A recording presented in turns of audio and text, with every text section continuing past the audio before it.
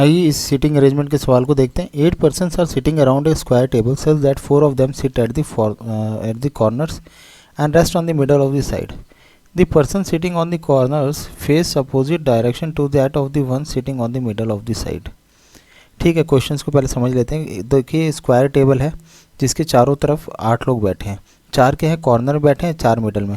अगर मिडल वाला इनसाइड देख रहा है तो कॉर्नर वाला क्या आउटसाइड देखेगा, तो मीन्स दोनों अपोजिट देख रहे हैं। अगर मिडल वाला इनसाइड देखेगा तो कॉर्नर आउटसाइड, अगर आउटसाइड वाला कॉर्नर इनसाइड देख रहा है तो मिडल वाला आउटसाइड देखेगा। ठीक है, तो पहले हम इसके जो कंडीशन जो है पहले उसका बना लेते हैं कि क्या फिगर है। फिगर बना लेते हैं फिर इसको अच्छे से समझेंगे हम।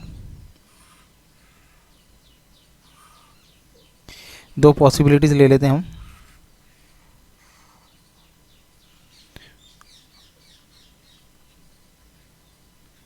और इसके चारों तरफ हम लोगों को बैठा देते हैं। इनके डायरेक्शन अभी फिक्स नहीं है, डायरेक्शन हम फिक्स कर लेंगे अभी।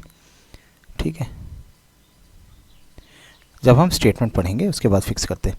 तो यहाँ पे देखिए क्वेश्चन को पढ़ते हैं, बाकी यहाँ से हम यहाँ तक जो कि कंडीशंस हैं।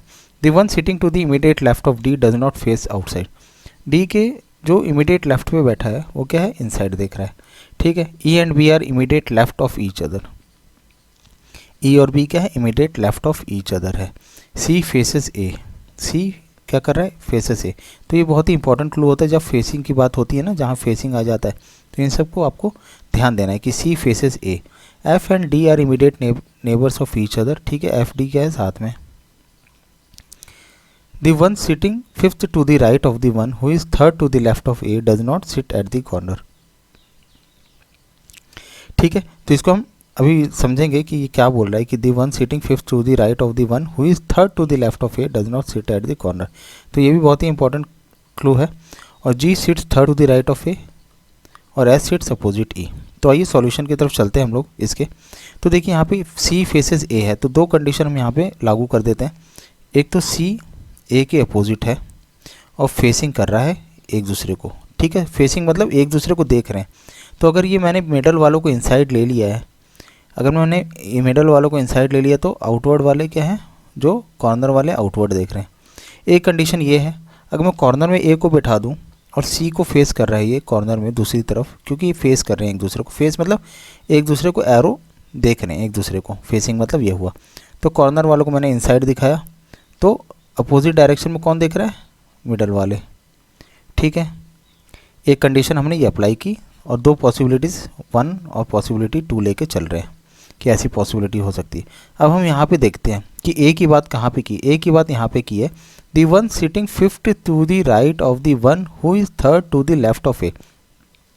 तो यहाँ पे पहले third to the left of A को देखते हैं कौन है।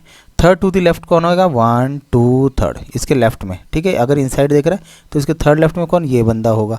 अभी क्या बोल रहा है कि इसके फिफ्थ टू द राइट। अब ये वाला स्टेटमेंट देखिए, फिफ्थ टू द राइट कौन होगा, 1 2 3 4 5। फिफ्थ टू द राइट कौन है, खुद ए ही है। ठीक है, ए के थर्ड लेफ्ट में जो बैठा है उसके फिफ्थ राइट में कौन है, खुद ए है। और उसके बारे में क्या कह रहा है कि does not sit at the corner. तो ए खुद क्या है कि कॉर्नर पे नहीं बैठा है, लेकिन हम यहाँ देख सकते हैं कि ए यहाँ पे अगर हम यहाँ से काउंट भी करें तो फिफ्थ में यहाँ पे ए ही आएगा, एट्थ जो है इसका। ठीक है, कि यहाँ पे थर्ड लेफ्ट में देखा, यहाँ पे ये है, इसके फिफ्थ राइट में कौन आया, ए ही आया। और इसको इसके बारे में क्या बोला कि ए कॉर्नर में नहीं बैठेगा, does not sit at the corner. तो हमारी क्या है, ये पॉसिबिलिटी गलत हो गई यहीं पे। बाकी हमारे यहाँ पे अब ये पता है कि हमें जो हमने ये सेलेक्ट किया था ए की पोजीशन इनसाइड देखने की वो सही है, यहाँ तक हमारा सही हो गया। बाकी हम देखते हैं E and B are immediate left of each other. ठीक है, ई और बी क्या है, यहाँ पे आ सकता है ई बी, और ई बी यहाँ पे आ सकते हैं कि immediate left of each other है। ठीक है, ई और बी यहाँ पे आ सकते हैं और यहाँ पे भी आ सकते हैं ई और B.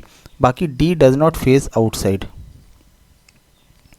D immediate left of D जो है वो फेस आउटसाइड नहीं करेगा। ठीक है, अभी जी की पोजीशन हमें पता है कि ए के थर्ड राइट में, तो जी को हम यहाँ बैठा देते हैं पहले। ठीक है, एक पोजीशन ये बुक हो गई। और एच सिट्स अपोजिट ई। तो अगर हम एच को यहाँ पे ले लेते हैं, ठीक है, अगर माना कि मैंने एच को यहाँ ले लिया या यहाँ पे ले लिया, तो यहाँ पे देखिए ई बी को साथ में रहना है और एफ डी को दोनों को साथ में लगाना है। मीन्स ये दोनों अड़ोस पड़ोस में है, ई बी और एफ डी। तो एच को हम क्या है कि सेंटर वाली पोजीशन में नहीं ले सकते, तो हमें क्या करना पड़ेगा, या तो ए की पोजीशन बचती है हमारे लिए एच के लिए, ये वाली पोजीशन। ठीक है। अगर हम यहाँ पे एच को लेंगे तो एफ और डी नेबर हैं, आप यहाँ पे एफ को लोगे, यहाँ डी को लोगे, या तो एफ डी को यहाँ ले लोगे, लेकिन ई और बी को कहाँ ले पाओगे अगर एच को यहाँ पे लिया। तो दोनों को क्या है, हमें साथ रखना है, ई और बी को और एफ और डी को। और डी के बारे में बात कर रहा है कि डी के जो इमीडिएट लेफ्ट में है, तो डी के इमीडिएट लेफ्ट में कौन है, एफ है आएगा। अगर एफ डी की बात करेंगे तो यहाँ पे अगर मैं यहाँ पे डी लिया तो इसके इमीडिएट लेफ्ट में जो क्या है वो आउटसाइड नहीं देखना चाहिए, तो एफ़ क्या है, आउटसाइड नहीं देखेगा। तो यहाँ पे मैं एक पॉसिबिलिटी ले लेता हूँ कि यहाँ पे आ सकते हैं एफ डी, और यहाँ पे ई और बी की यहाँ पे पॉसिबिलिटी लें तो यहाँ पे ई और बी नहीं आ सकते हैं। क्यों?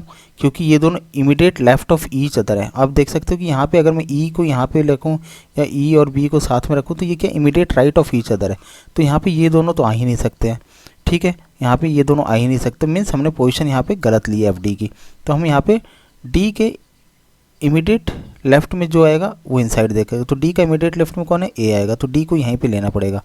क्योंकि अगर डी यहाँ पे लोगे तो इसके इमीडिएट लेफ्ट में क्या है, एच, जो कि आउटसाइड देख रहा है। तो यहाँ पे हमें एफ लिया, डी, और यहाँ पे अब हमें क्या लेना पड़ेगा, बी और ई।